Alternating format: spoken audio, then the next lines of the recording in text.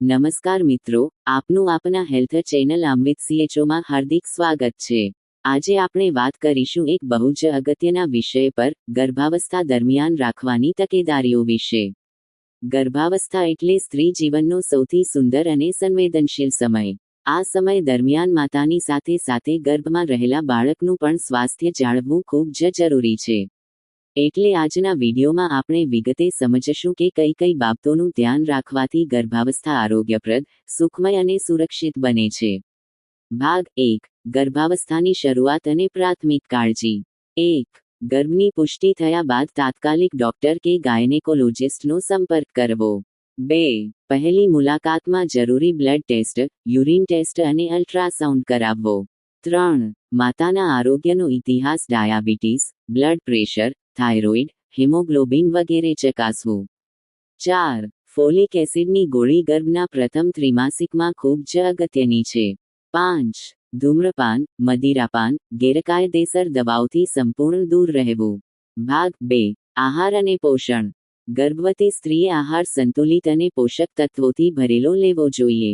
દરરોજ દૂધ, દહીં, છાશ, લીલા શાકભાજી, તાજા ફળો, અંકુરિત દાળ, ઘઉં, જવાર, બાજરી જેવા અનાજ લેવા। આયર્ન અને કેલ્શિયમથી ભરપૂર ખોરાક, પાલક, મેથી, બદામ, અખરોટ, ખજૂર। માછલી, ઈંડા, દૂધ, નોન-વેજ લેનારાઓ માટે સારો સ્ત્રોત। જંક ફૂડ, તળેલા ખોરાક, ખૂબ તેલવાળા, મસાલેદાર ખોરાક ઓછા લેવા। પૂરતું પાણી પીવું, દિનમાં ઓછામાં ઓછા 8 થી 10 ગ્લાસ। ખાલી પેટે કે વધારે ભૂખ્યા ન રહેવું। નાના નાના ઇન્ટરવલમાં ખાવું। ભાગ 3, જીવનશૈલી અને દૈનિક ટેવો। પૂરતી ઊંઘ લેવી, દરરોજ 7 થી 8 કલાક। શક્ય હોય ત્યાં સુધી બપોરે થોડી આરામ કરવી। હળવો વ્યાયામ, યોગ, પ્રાણાયામ, ચાલવું, ડોક્ટરની સલાહથી। ભારે વજન ઉઠાવવું કે ઝટકા લાગે તેવી પ્રવૃત્તિ ટાળવી।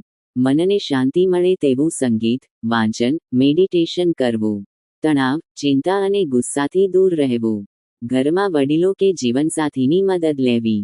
ભાગ 4, તબીબી તપાસો અને રૂટીન ચેકઅપ। દર મહિને એક વખત નિયમિત એન્ટેનેટલ ચેકઅપ કરાવવો। બ્લડ પ્રેશર, વજન, બ્લડ ટેસ્ટ અને યુરિન ટેસ્ટ કરાવતા રહેવું। જરૂરી રસી, ટીટી ઇન્જેક્શન, તેમજ જો ડોક્ટર સલાહ આપે તો અન્ય રસી લેવી। ગર્ભાવસ્થા દરમિયાન 3 વાર સોનોગ્રાફી, 12 વીક, 20 વીક અને 32 વીક આસપાસ। HB હિમોગ્લોબિન લેવલ નિયમિત ચકાસવું। ભાગ 5, પરંપરાગત માન્યતાઓ અને વાસ્તવિકતા। ગર્ભવતી સ્ત્રીએ કેટલીક ખાદ્ય વસ્તુઓથી દૂર રહેવાની વાતો સાંભળવા મળે છે।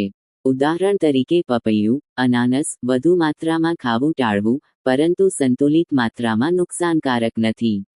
ઘી વધારે ખાવાથી સહેલાઈથી પ્રસૂતિ થાય છે એવી માન્યતા ખોટી છે। બાળકના રંગ માટે દૂધમાં કેસર પીવું કે સફેદ ખોરાક લેવો, આ માન્યતા છે, હકીકતમાં રંગ વારસાગત પર આધારિત છે। ડોક્ટરની સલાહને સૌથી વધારે પ્રાથમિકતા આપવી।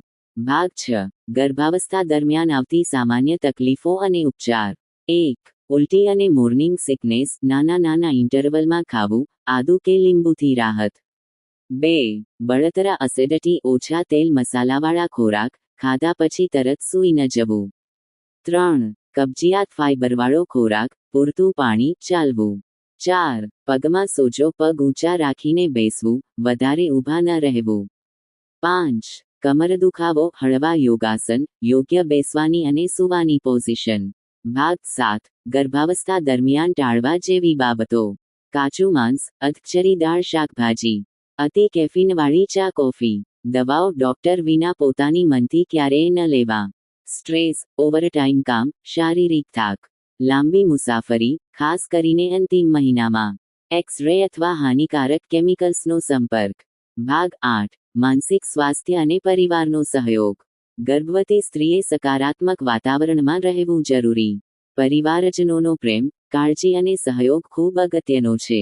પતિએ ખાસ કાળજી લેવી, ભાવનાત્મક રીતે સાથ આપવો। ગર્ભવતી સ્ત્રીને ખુશ રાખવાથી બાળક પર પણ સારો પ્રભાવ પડે છે। ભાગ 9, પ્રસૂતિ માટે તૈયારી। અંતિમ મહિનામાં પ્રસૂતિ માટે હોસ્પિટલમાં એડમિશન પ્લાન તૈયાર રાખવો। જરૂરી ડોક્યુમેન્ટ, ટેસ્ટ રિપોર્ટ, કપડાં, બાળક માટે કપડાં, બેગ તૈયાર રાખવી। ડિલિવરી નેચરલ કે સિઝેરિયન, ડોક્ટર જે યોગ્ય માને તે પ્રમાણે. પ્રસૂતિ પછી માતાનું આરોગ્ય, બાળકનું સ્તનપાન અને કાળજી આગળનો અગત્યનો તબક્કો છે. મિત્રો, ગર્ભાવસ્થા એટલે જીવનનો એક સુંદર અને સંવેદનશીલ તબક્કો. આ સમયમાં સાચી કાળજી, યોગ્ય આહાર અને નિયમિત તબીબી તપાસથી માતા અને બાળક બંનેનું આરોગ્ય સારું રહે છે. આજના વિડીયોમાં જણાવેલી તકેદારીઓનું પાલન કરશો તો નિશ્ચિત જ ગર્ભાવસ્થા સુખદ અનુભવો બનશે. જો તમને આ વિડીયો ઉપયોગી લાગ્યો હોય તો લાઇક, શેર અને સબસ્ક્રાઇબ કરવાનું ભૂલશો નહીં. ફરી મળીએ એક નવા આરોગ્ય વિષય સાથે. ધન્યવાદ.